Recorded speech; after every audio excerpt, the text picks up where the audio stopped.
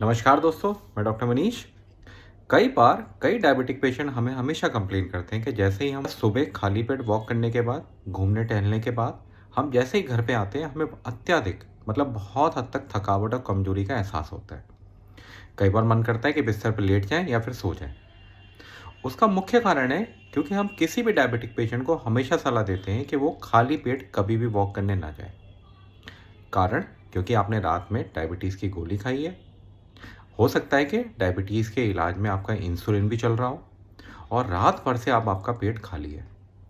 तो आप जैसे ही वॉक करने के लिए जाएंगे तो आपके जितना शरीर का ग्लूकोज है या अपने जितने भी शरीर का शुगर है वो बॉडी के अंदर अब्जॉर्ब हो जाएगा और दिमाग में शुगर की कमी महसूस होने लगेगी। तो इसलिए आपको अत्यधिक थकावट या कमजोरी का एहसास होगा। हम हर किसी डायबिटिक पेशेंट को प्रमोट करते हैं कम से कम 25 से 30 मिनट डेली वॉक करना आपके शरीर के लिए बिल्कुल अनुकूल है। इससे आपकी मसल्स एक्टिवेट होती हैं, जिससे ग्लूकोज का अब्जॉर्प्शन और ग्लूकोज का मेटाबॉलिज्म काफ़ी हद तक अच्छा हो जाता है। वॉक करने के काफ़ी फ़ायदे हैं।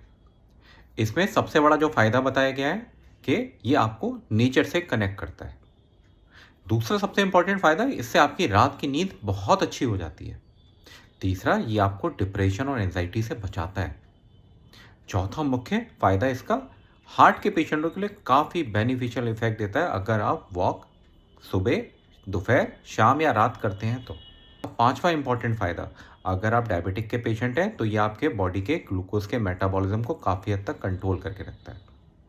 तो अगर आप डायबिटिक पेशेंट हैं, अगर आप वॉक करना चाहते हैं तो ऐसा ज़रूरी नहीं कि आप सिर्फ खाली पेट ही जा सकते हैं।